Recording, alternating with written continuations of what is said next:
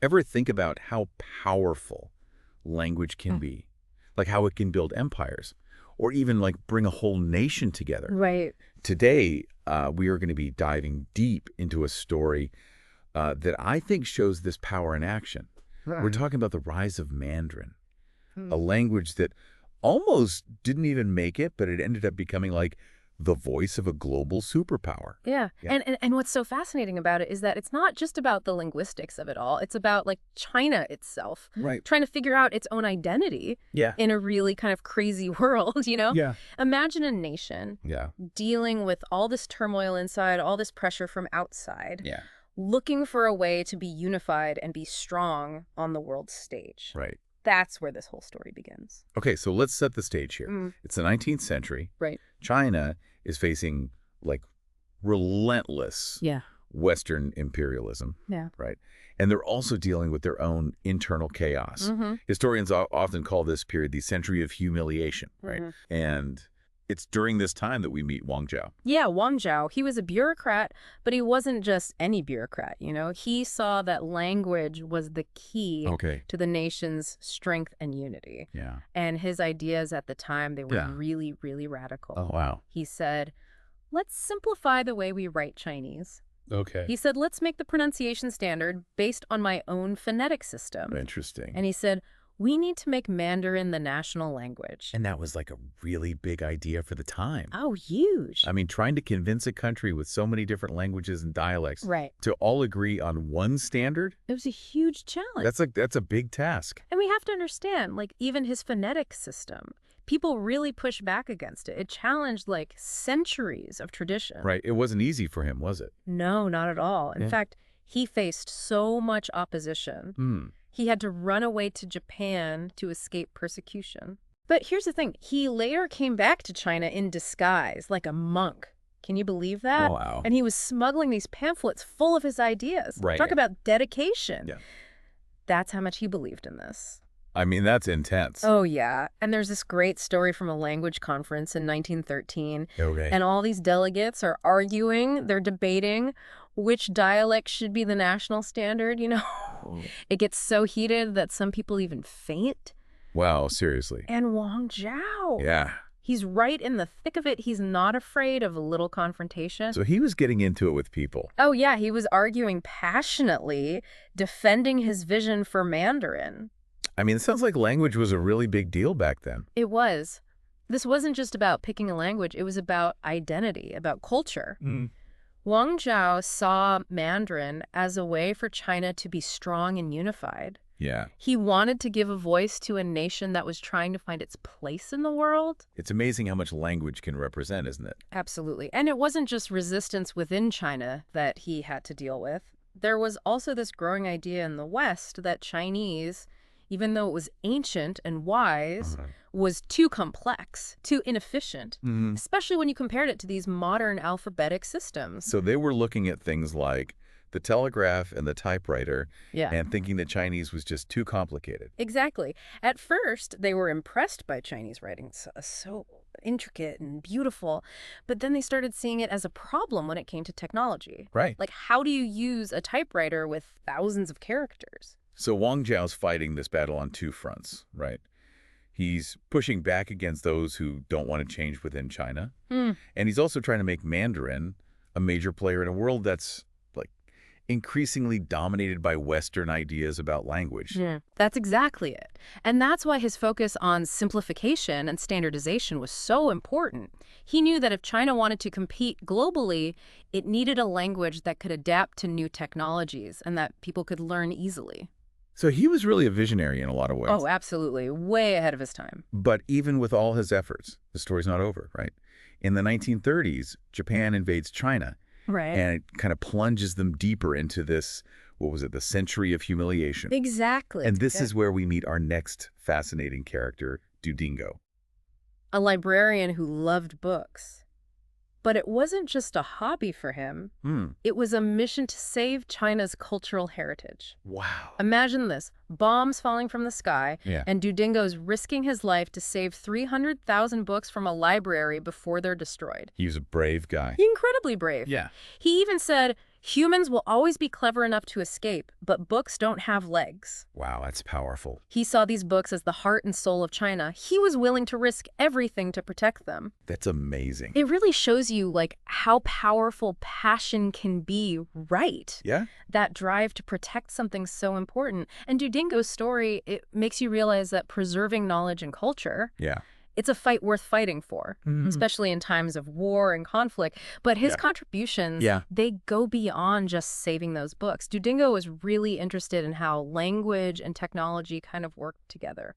So while Wang Zhao's fighting to standardize spoken language, Dudingo's trying to figure out how to make written Chinese work in a world that's increasingly using alphabetic systems. Right. And you have to remember, there are just so many Chinese characters. Right. It was a big obstacle when it came to technology. Imagine designing a typewriter or a telegraph system with tens of thousands of unique characters. That sounds impossible. It would have been a nightmare. So how did Dudingo even approach this? He went on this quest. He called it the character index race. He was trying to find a system like the English alphabet that would bring some order to the chaos and make Chinese characters more accessible. So, like Wang Jia, he wanted to streamline the language, but he was focused on the written part, not just the spoken. Exactly. Two very different approaches, but with the same goal to modernize China and help it be a world leader. It's so interesting how these two guys had such different paths. I know. But were both working towards a similar goal. Right. And it's kind of amazing how their work ended up coming together in a way that neither of them could have predicted. Remember that young library assistant we talked about earlier? Yeah, the one organizing all those books. Right. He was witnessing all these debates about language and reform. That was Mao Zedong. Oh, wow. Yeah. And those early days in the library, they really left a mark on him. It's amazing how those seemingly small experiences can have such a huge impact later on, right? So how did this library assistant end up leading a nation? Right. And what did all this language stuff have to do with his vision for China? Well, Mao Zedong became Chairman Mao, leader of the Chinese Communist Party, in 1949. And he was really determined to unify the country under a common language and make sure everyone could read and write. And that was a massive undertaking because a lot of people in China, especially in rural areas, couldn't read or write at all. That's a huge challenge, a whole cultural revolution. Absolutely. And here's where the work of Wang Zhao and Dudingo kind of merges together. Mao's government, they took Wang Zhao's push for a standard spoken language and made Mandarin the official language for everything, for schools, for the government, for the media. So Wang Zhao's vision finally happened, although maybe not in the way he imagined it would. Right. And then you have Dudingo's work on making Chinese compatible with technology. Yeah. That's what led to Pinyin, the Romanized system for writing Chinese sounds. Pinyin. And that was a game changer for China. That's the system that everyone who tries to learn Mandarin struggles with at first. Yeah. But it was crucial for China's future. It bridged the gap between the complex characters and the world of global communication. It's hard to imagine trying to program computers or send telegrams using thousands of different characters. Yeah. Pinyin made it possible for China to join a world that was using alphabetic systems. Exactly. It opened up communication, trade, and helped technology to develop. So a librarian who just wanted to make Chinese characters easier to use helped China become a technological powerhouse. It shows how important knowledge and progress are. And sometimes these small innovations can change the course of history. Yeah. And while the Communist Party used its power in some pretty harsh ways, you can't deny that their language reform was really effective. Right. They achieved widespread literacy, which laid the foundation for China's economic rise. So the rise of Mandarin, it's as much about politics and social change as it is about language, but it also makes you think about the costs. Definitely. Making a language simpler and more standardized might be good for modernization and efficiency. But what happens to culture? What about the different dialects and all that linguistic diversity? Yeah, it's a tough question. On the one hand, having a unified language is good for communication, for national unity, for education and technology. But then you have the potential loss of cultural nuances, the beauty of regional dialects, and all that history that's embedded in those variations. Yeah. It makes you wonder if some of that richness got lost along the way.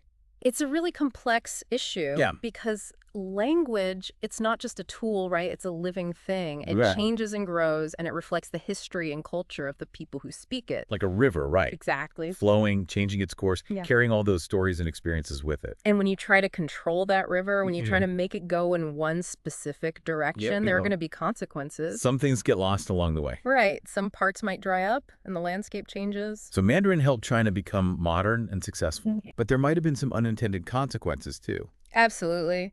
Like some of the regional dialects, they're not used as much anymore, especially by younger people. Right. And some linguists are worried that certain dialects might disappear completely. That's a loss, right? It is. It's like losing a piece of history, a unique way of seeing the world.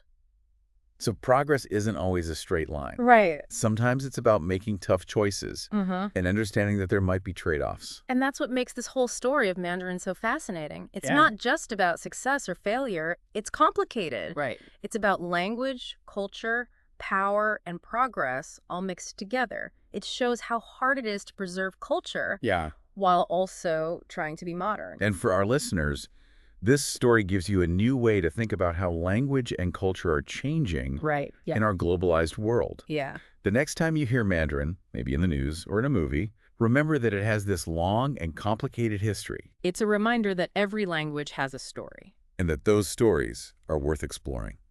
Thanks for joining us on this deep dive. We'll see you next time.